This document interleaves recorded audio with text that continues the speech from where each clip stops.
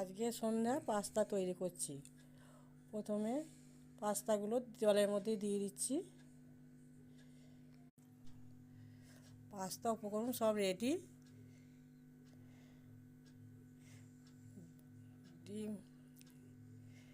ডিমটা তেলের মধ্যে দিয়ে দিচ্ছি।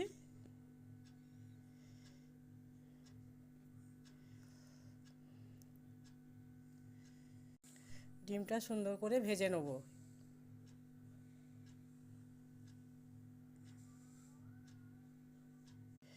ডিম ভাজা হয়ে গেছে, ভাজা হয়ে গেছে, এবার তুলে নিচ্ছি।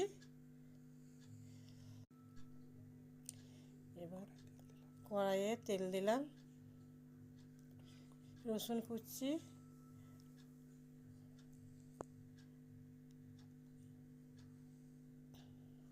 আদা কুচি,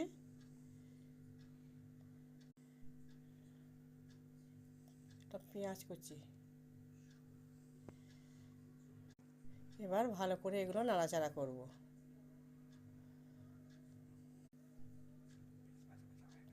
বেশ ভাজা ভাজা হয়ে গেছে, সস দিয়ে দেবো। এবার একটু করে নেড়ে নেব। চিনি, নুন, এই পাস্তাগুলো দিয়ে দেবো। এবার নাড়াচাড়া করে নেব।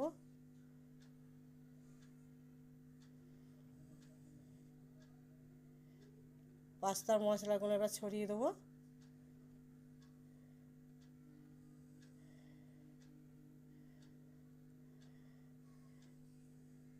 ডিম কুচিগুলো দিয়ে দেবো এবার উপরে দিয়ে এবার নাড়াচাড়া করে নেব। রেডি হয়ে গেল আমাদের গরম গরম পাস্তা।